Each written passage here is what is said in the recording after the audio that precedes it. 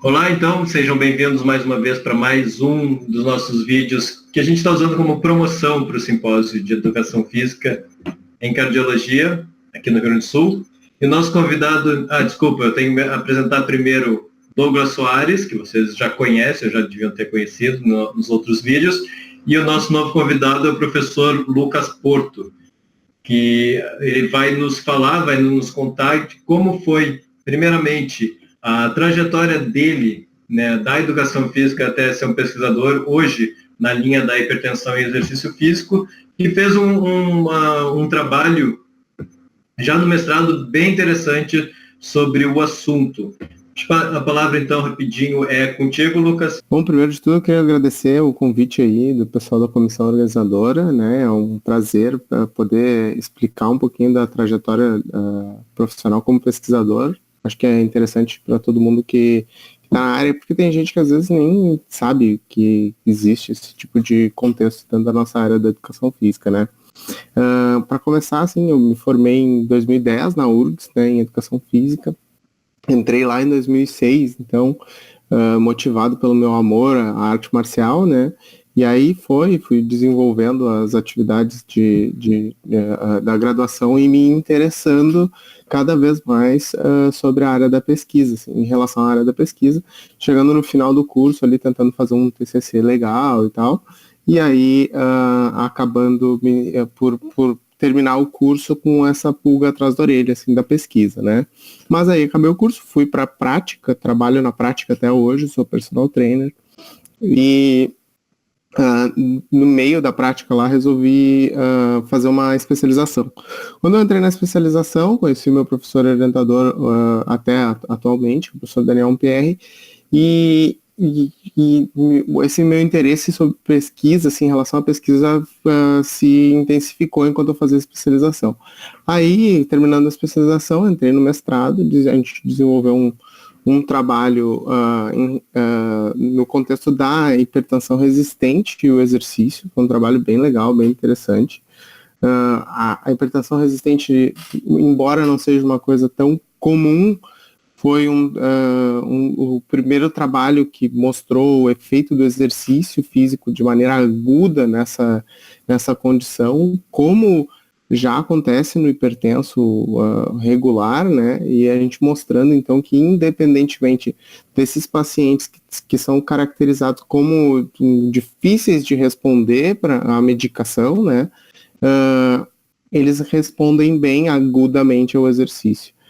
E desde então tenho desenvolvido essa área essa linha de pesquisa dentro da hipertensão e exercício, né? A hipertensão ainda como um contexto agora mais amplo, mas muito especial, porque é uma condição de saúde extremamente prevalente, né? Vamos segurar então para falar sobre as perspectivas ou o que tu está desenvolvendo agora mais para o final. Vamos voltar um pouquinho então. Tu foi direto, foi da graduação, fez uma especialização e da especialização para o mestrado. E o mestrado deu esse artigo então. Uhum. Aparece a minha tela, se eu compartilhar, Douglas? Só um momentinho. Pode compartilhar a tela. Eu tenho que compartilhar a tela. Né? Sure. Primeiramente, então, acho que o que é a hipertensão resistente, Lucas? Bom, a hipertensão resistente, como eu falei, assim, é uma condição de saúde dentro que se coloca, então, dentro da hipertensão, né? A pessoa, para ser hipertensa resistente, já tem que ter o diagnóstico de hipertensão. E aí, o que acontece? A classificação do hipertenso resistente é basicamente a irresponsividade ao tratamento farmacológico com uma ou duas ou três drogas. E a partir da terceira droga, sendo obrigatoriamente uma delas um diurético, a partir da terceira droga, a gente já tem, independentemente de ter o controle da pressão ou não, o hipertenso resistente. Foi atrás dessas pessoas que, dentro do meu estudo do mestrado, que a gente foi, né? As estimativas de prevalência dentro da hipertensão, a hipertensão, só para lembrar, são cerca de 30% dos adultos no Brasil, Só que a hipertensão resistente, então, é cerca de 9 a 12% desses pacientes que são hipertensos. E aí, claro, uma amostra muito difícil de conseguir. A gente passou todo esse tempo do meu mestrado aí atrás, né, do hipertenso resistente real, porque ainda tem toda uma questão dentro da hipertensão resistente, onde a pessoa pode ser aparentemente resistente e não ser. E aí a gente foi atrás, né, com vários critérios para poder dizer se essas pessoas eram resistentes mesmo, né? E submetemos elas, então, a 2 sessões de exercício para mostrar qual que era a responsividade dessas pessoas agudamente, né, ao exercício. A gente comparou essas 2 sessões de intensidades diferentes a uma sessão que essas pessoas não fizeram absolutamente nada de exercício. Colocamos ao final de cada uma dessas sessões. Tu falou em prevalência de hipertensão de 30%. Uhum. Essa prevalência em geral, tipo, quando aumenta a idade das pessoas, o número de hipertensos também aumenta na população. Exatamente. Existe um comportamento na hipertensão de aumento da prevalência em relação ao aumento da idade. A gente sabe que... Naquela coisa tipo, hipertensão é uma coisa que todo mundo vai ter? Não vou dizer isso pelos números, porque são acima de 60 anos, a gente tem 50% das pessoas. Mas assim, a gente tem uma boa chance de desenvolver hipertensão. Então, dentro de um contexto ainda de baixíssima qualidade de cuidados em saúde que a gente tem na população em geral, eu imagino que com o passar do tempo a chance de hipertensão é muito grande para qualquer uma das pessoas. Acima de 60 anos a gente sabe que é 50%, acima ainda vai aumentando, né, de acordo com a idade, mas não dá para dizer que com certeza a gente vai ter hipertensão, porque tem algumas pessoas que não desenvolvem. Então, como eu estava falando, né, a gente buscou esses pacientes que são hipertensos resistentes, né, dentro da população que é hipertensa, eles representam cerca de 9 a 12%. No estudação, só voltando para lembrar, no adulto, 30% da população. Aqui nesse estudo a gente não incluiu pacientes idosos, tá? Acima de 60 anos era o nosso limite de idade. A gente chamou, então, 22 pessoas para participar e submetemos elas a 3 sessões diferentes, tá? Essas sessões, elas tinham a ordem sorteada. Tá? Digamos que o Douglas era um paciente meu, ele pode ter começado por uma sessão de exercício, depois fez a sessão que não exercício, depois fez a sessão com intensidade maior, e outro paciente pode ter tido uma ordem diferente, mas todos os pacientes fizeram as 3 sessões, tá? É o que a gente chama de um ensaio cruzado. Esses pacientes, então, foram submetidos a sessão, uma delas era não fazer exercício, uma era fazer exercício de intensidade leve e a outra era fazer exercício com uma intensidade moderada, tá? A partir do final da sessão, né, eles eram submetidos a avaliações de reatividade vascular através de pletismografia e depois era colocado uma mapa neles, né? A mapa é a monitorização ambulatorial da pressão arterial. O que ela faz? É um Walkman, o pessoal que é novo não vai nem saber o que é, né? Mas é um aparelhinho que vai pendurado no paciente. Tipo um iPhone, assim, grande. E vai pendurado no paciente, avaliando a pressão desse paciente durante as 24 horas que ele está usando o aparelho. Esse é um aparelho que é considerado padrão ouro para avaliar qualquer tipo de resposta de pressão arterial subaguda, que é o que a gente tentou fazer, tá? Então, esses pacientes, depois de fazerem a sessão, foram colocados, então, esse equipamento. O que a gente quis mostrar com isso, e aí, assim, o nosso estudo vem baseado em outros, né? Pode falar, Rafa. Tá. Assim, o mapa, então, nada mais é que um aparelho com um esfigmomanômetro. Ele vai medir a tua pressão arterial de forma automática a cada período de 15 minutos aqui. Isso. 15 minutos durante a noite, foi o que vocês fizeram. Isso aí. Durante Isso é 24 configurável, né? A gente pode, num exame clínico, por exemplo, eles usam 20 minutos no dia e 30 durante a noite. Para pesquisa, a gente usa mais para ter mais medidas, né? De repente ele perdeu alguma, e aí o equipamento vai pegar mais. Mas é basicamente assim, pensa naquele monitorzinho de pressão que a vovó tem lá em casa, que usa para ver a pressão dela, automático. Ele é um que é configurado, feito para a pessoa carregar e ele medir a pressão automaticamente a cada 15 minutos. Deixa eu voltar mais uma, que eu achei mais uma força ou uma qualidade do estudo foi o modelo cruzado, o modelo crossover. Uhum.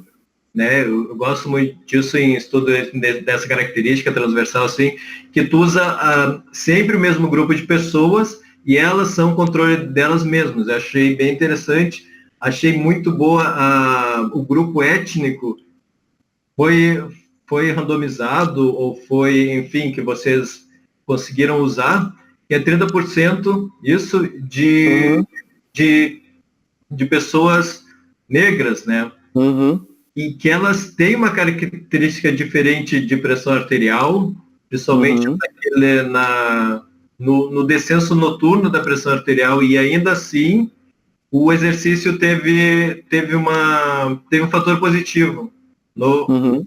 A gente não fez a análise específica por etnia, né? Sim, mas sim, mesmo assim, esses pacientes eles mostraram, né, o descenso noturno superior à descida, digamos assim, ao período controle. Toda a ideia do estudo foi comparar o dia que eles não fizeram o exercício, né, e ficaram com a pressão 24 horas sendo avaliada, com o dia que eles fizeram as duas intensidades. A nossa hipótese inicial era que quando o sujeito fizesse a sessão com a intensidade maior, a resposta ia ser maior de redução da pressão. De maneira interessante, não foi o que a gente observou, né? Contrariando o que a literatura apontava, mas aí é interessante porque a literatura apontava em hipertenso, né? E aqui a gente está falando do hipertenso resistente. Então, a gente até explorou essa resposta que a gente observou nas nossas discussões, que esses pacientes eles responderam melhor, ou aparentemente melhor, porque também a gente não tem tanto dado assim para fazer essa afirmação com tanta categoria, que o exercício leve pareceu ser um pouquinho melhor para eles. E isso parece ser uma característica específica da população, porque a gente tem outros trabalhos mostrando que pode ser benéfico, na verdade, fazer uma intensidade maior. Então, a gente contrariou a nossa hipótese, mas a ciência é isso aí, né? Eu gostaria de saber, a gente começou a falar um pouco dos resultados agora, qual foi o tamanho de efeito entre a intervenção de intensidade leve versus moderada? Existe uma diferença? Qual foi a redução de pressão arterial média? O quanto isso significa, por exemplo, para desfechos maiores, por exemplo, mortalidade ou coisas do tipo? Tem como a gente fazer esse raciocínio? Então, primeiro de tudo, assim, quando a gente olha para a análise estatística em si, comparando as duas intensidades, nesse trabalho a gente não tem diferença, tá? O que a gente tem diferença é em relação ao controle.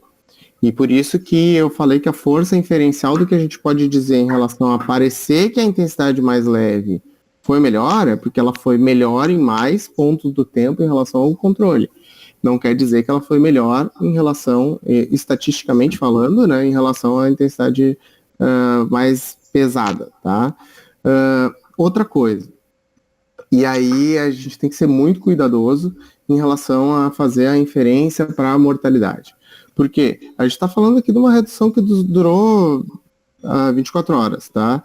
Se eu falo que, bom, e esse dado existe, né? O dado, assim, se eu tenho uma redução de pressão arterial de X milímetros de mercúrio, eu vou reduzir X% a mortalidade por evento cardiovascular. Esse dado existe tranquilamente, está lá.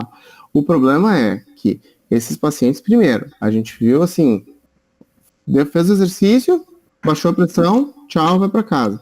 Não posso dizer que isso aí representa por mais que os números estejam lá, né, diminuiu tantos por cento, tantos milímetros de mercúrio, primeiro que o estudo é agudo. Eu não posso dizer que isso é uma redução crônica da pressão arterial, então eu não posso dizer que isso vai ter um impacto em mortalidade, porque quando a gente está falando de impacto de mortalidade na hipertensão ou em pressão arterial, a gente está falando de uma redução crônica dos valores de pressão.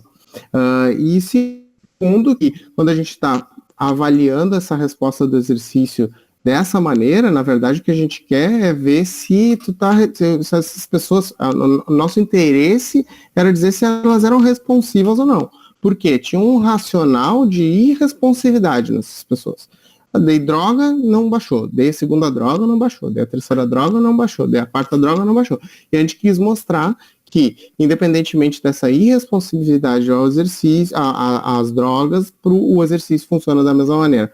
Mas o trabalho não foi feito para fazer uma inferência em desfecho nem nada. Na verdade, eu diria que nenhum trabalho em exercício físico consegue mostrar isso, porque a gente não tem tempo de segmento, tá?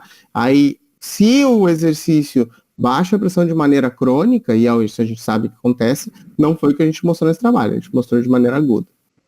Não, exatamente, eu queria levantar essa questão para a gente tomar cuidado, às vezes, com extrapolar alguns resultados de coisas que, às vezes, não tem como provar isso.